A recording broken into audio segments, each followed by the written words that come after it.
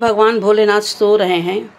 और उनके भक्त क्या कह रहे हैं कि कैसे उनके बिना आदेश के हम जगाएं या कोई भी कार्य कर रहे हैं। भोला सूतल बाण नींद में जगाई कैसे, भोला सूतल बाण नींद में जगाई कैसे, जगाई कैसे हो जगाई कैसे, जगाई कैसे हो जगाई कैसे, भोला सूतल बाण नींद में जगाई कैसे, भोला सूतल बाण नींद में जगाई कैसे। काशी नगरिया से जल भरी लैली हो, काशी नगरिया से जल भरी लैली हो, जल भरी लैली हो, जल भरी लैली हो, बिनु रे आदेश के चढ़ाई कैसे, आहो बिनु रे आदेश के चढ़ाई कैसे, भोला सूतल बाण नींद में जगाई कैसे, भोला सूतल बाण नींद में जगाई कैसे हो, जगाई कैसे हो, जगाई कैसे।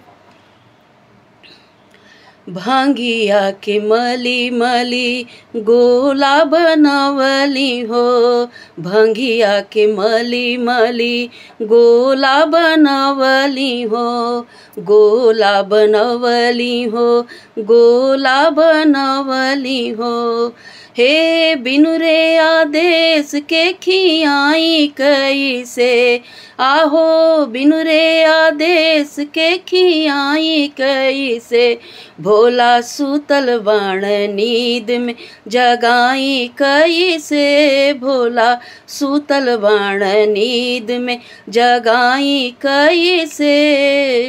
जगाई कैसे हो जगाई कैसे, भोला सूतल बाण नींद में जगाई कैसे।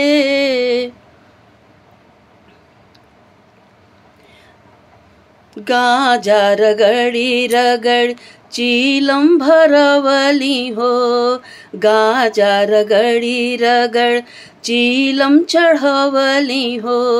चीलम भरवली हो, चीलम चढ़वली हो, बिनु रे आदेश के पियाई कैसे, आहो बिनु रे आदेश के पियाई कैसे, भोला सूतल बाण नींद में जगाई कैसे, भोला सूतल बाण नींद में जगाई कैसे, भोला सूतल बाण नींद में।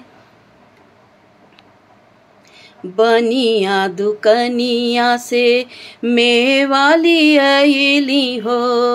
मेवाली अली हो, मिसरीली अली हो, बनिया दुकनिया से मेवाली अली हो, मेवाली अली हो, मिसरीली अली हो, बिन रे आदेश भोग लगाई कैसे, बिनु रे आदेश भोग लगाई कैसे, भोला सूतल बाण नींद में जगाई कैसे, भोला सूतल बाण नींद में जगाई कैसे, जगाई कैसे हो जगाई कैसे, भोला सूतल बाण नींद में जगाई कैसे हो, जगाई कैसे। जय भोलेनाथ।